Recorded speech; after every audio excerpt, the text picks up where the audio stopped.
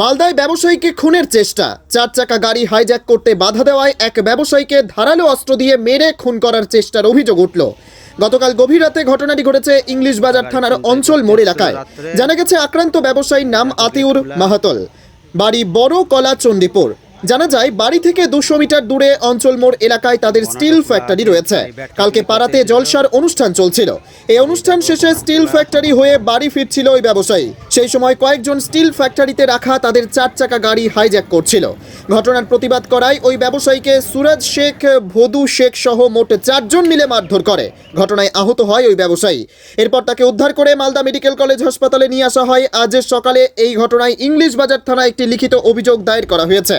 পুরো ঘটনার তদন্ত শুরু করেছে পুলিশ। কি ঘটনা ঘটেছিল? গতকাল রাতে আমাদের গ্রামে জালসা হচ্ছিল। জালসা শেষ হয়ে গেছে। তারপরে আমার দাদা ফ্যাক্টরি ঘুরতে গেছিলো। পাশে আমাদের ফ্যাক্টরি ছিল, গ্রিলের ফ্যাক্টরি।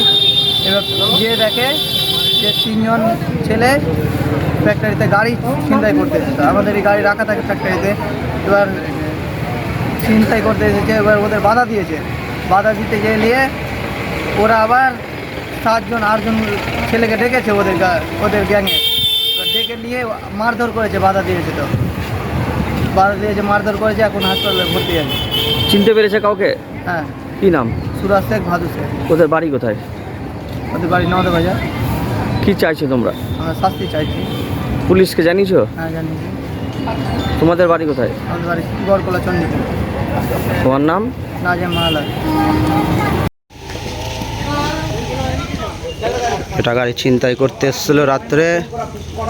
এই দেখো গেট খোলা।